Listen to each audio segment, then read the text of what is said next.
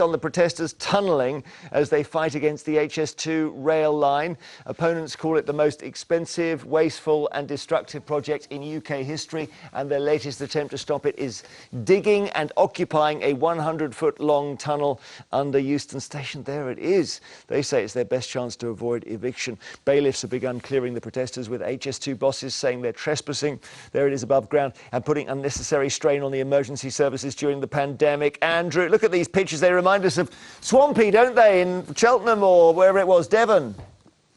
I covered Swampy all those years ago. I think it was actually in Wanstead, actually, in East London. Look, I have some sympathy with these protesters with HS2. My concern is the point they're making about the emergency services. If that tunnel collapses, that's going to be a huge problem. But the fact is, HS2 is a complete white elephant. It was originally conceived it was going to cost £35 billion. The current bill is £106 billion.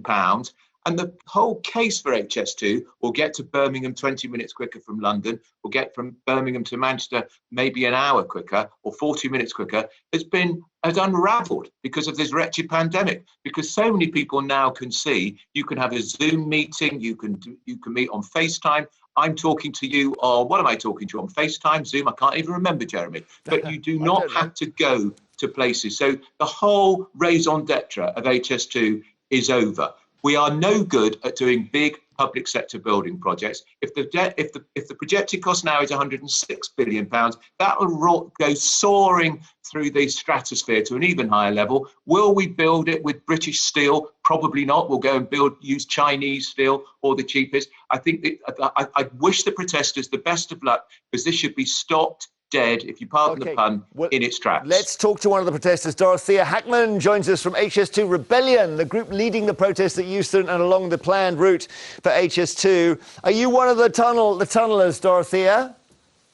Not a tunneler. I think I leave that to the younger members of our group. But I think it's I'm a local resident, and so I think it's very important for us to to support all these young protesters who are doing something so amazing. There's a long history of tunneling.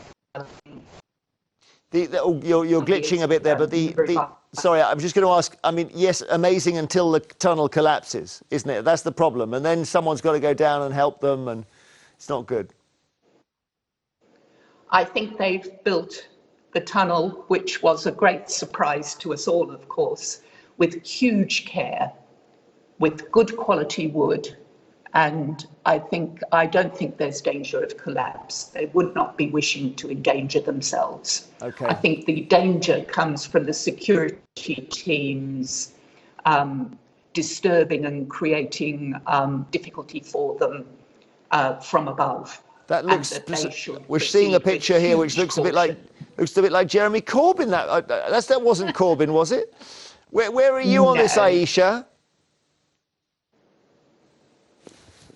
I'm sympathetic with a lot of what the protesters are worried about. It is very expensive, but I do think that we also, there's lots of people here protesting, but I think it's important to listen to some of the northern leaders as well. There is a clamour for this in terms of increasing capacity. But what's interesting is Andy Burnham, the mayor of Manchester, who has made real headlines for himself. What a lot of MPs in the north, Conservative MPs, are saying, we don't so much need that line between London and Birmingham. We need a Transpennine line that goes across, linking up Liverpool and Leeds.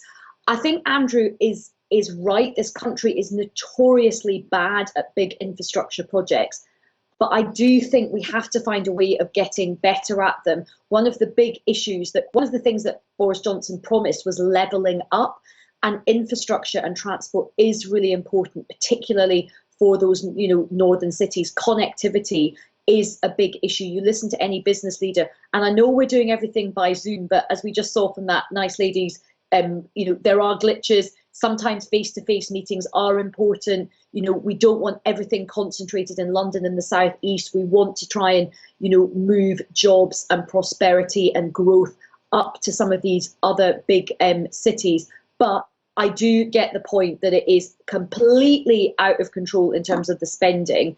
And maybe right now we do need to reconsider things because of the pandemic. Dorothea, you're upset about, I know, Euston Gardens being demolished, but what about those people in the north of England who want it? Yeah. Listen to what they want. They want a TransPennine. They don't need a duplicative line down to London.